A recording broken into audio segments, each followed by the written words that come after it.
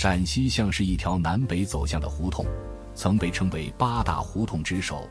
极富传奇色彩的赛金花以及蔡锷与小凤仙的故事都发生在这条胡同内。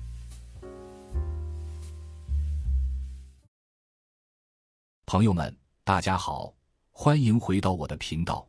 每周我会在这里分享一些古老街巷，欢迎订阅我的频道。陕西巷明代就已存在，数百年来都未曾更名。明初，大量商户云集前门外地区，招商居货，此巷聚集了许多陕西籍的木材商囤积木料，故名陕西巷。胡同内曾有济州会馆和四川东馆，四大徽班的四喜班驻地就设在陕西巷。陕西巷北口与铁树斜街相连，南至朱市口西大街。此胡同东侧与榆树巷、万福巷相交，西侧与韩家胡同、百顺胡同、东碧营胡同相交，全长389米，宽5.7米。走在胡同里，依然能够看到两边有许多2层青砖小楼式建筑，此建筑在民国时期多为戏园、茶社或妓院。那时的妓女有南班、北班之分，陕西巷大都是南班。南班是指来自江南的女子，文化素养高，色艺俱佳，能琴棋书画，声管丝弦，略通诗词，多数还能做一手好菜。黄河以北的北班女子就差一些。胡同内还设有酒楼、澡堂、药店、书茶馆、烟馆。胡同22号应该是刚刚整修过，门楣上挂着小凤仙旧居的牌子。但一些资料讲，这里原来是上林仙馆，并非妓院，而是一家药铺，主要经营二药一指。所谓二药，即春药和麝香。指的是明纸，供妓女接客后之用。接客后烧纸，是妓女慰藉自己的方法。前些年这里改建成一家青年客栈，名为阿来客栈，门前贴着赛金花小凤仙文化馆的标识，客栈可以参观，门票30元，是前门地区经营胡同游的3轮车夫们必到之所。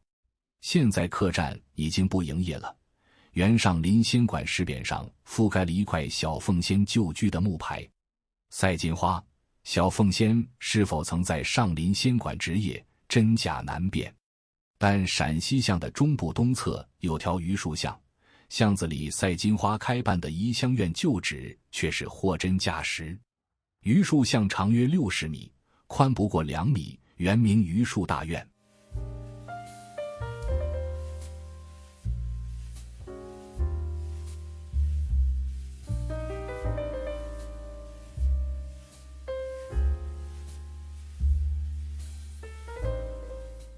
榆树巷1号是一栋2层楼房，根据燕都丛考和一些史料记载，清末民初的赛金花在北京第2次重开的妓院就在这里。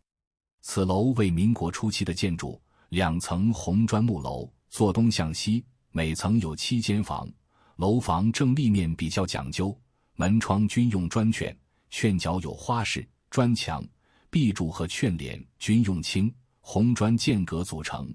2楼房门前是贯通全层的木雕走廊，这就是当年赛金花最负盛名的南班一等轻银小班怡香院。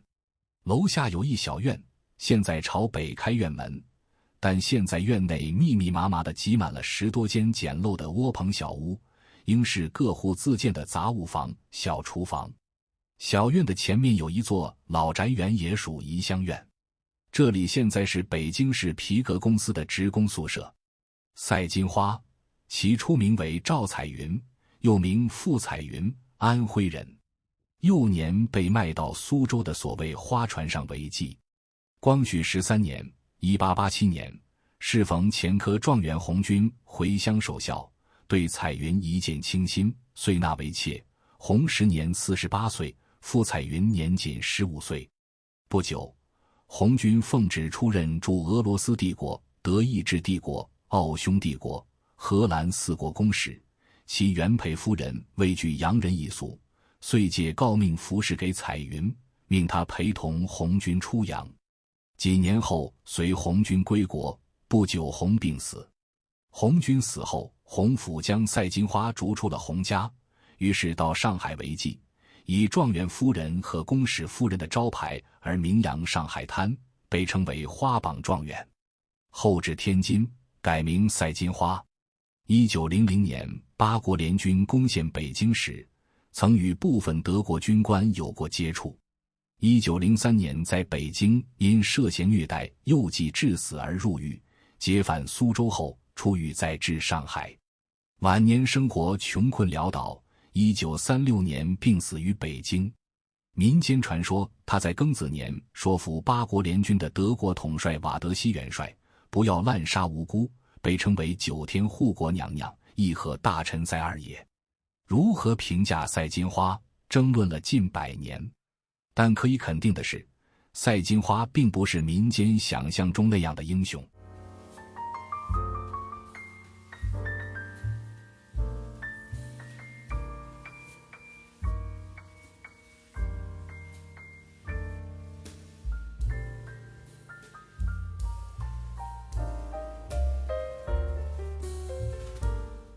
陕西巷52号就是当年小凤仙所在的云集班旧址，具有民国特色的拱形楼门的门楣上有个长方形的砖雕匾额，字面已被铲除，留下了红枫梁战的印记。楼里原汁原味的老房子格局似乎未变，陈旧与破败尽显100年历史风霜。小凤仙本名小凤，满族人，姓朱，后改姓张，原籍浙江钱塘。1911年逃到上海，跟随姓胡的老板学唱戏，小有名气。小凤仙后来被卖到妓院，辗转到了北京，在云集班卖唱接客做生意。蔡锷自遇到小凤仙后，常去小凤仙所在的云集班，借以迷惑袁世凯。据松坡先生事略记载，一日晚间，蔡锷在小凤仙处请客，正当游客满座，狂歌畅饮之际，蔡锷即赴崇文门车站，乘火车离开天津，当时无一人知者。这就是说，蔡锷离开北京时，连告诉小凤仙一声也没有。离开北京后，蔡锷没有在任何文字留言中再提及过小凤仙。在蔡锷那里，他不过是工具人，谈不上是蔡锷的知己或者情人。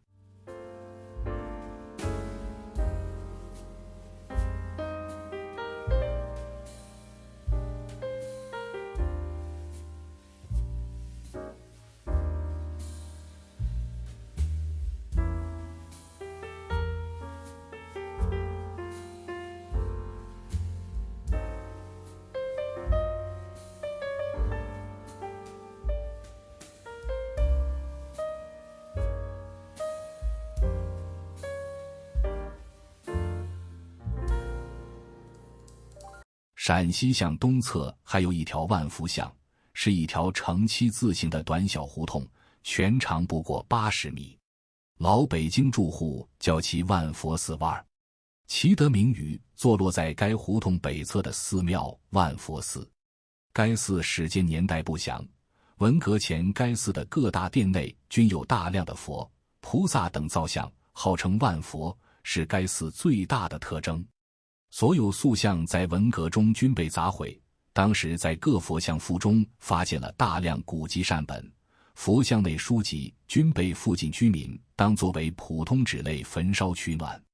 现在万佛寺作为居民大杂院，各殿建筑遗迹已逐渐消失。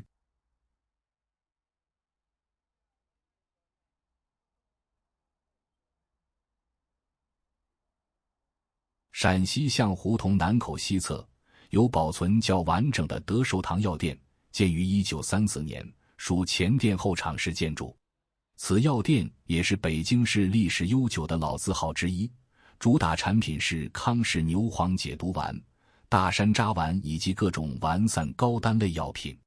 这座中西结合的建筑，也是目前北京唯一一家保持原址原貌的老药店。古色古香的建筑风格甚是惹眼，外立面上有彩绘的铜针授玉，供击春台额匾，常附砖雕本堂采办川广云桂地道生熟药材精节饮片，尊骨炮制完散，高单棂整批发。同样醒目的还有2层外侧的德寿堂基和商标。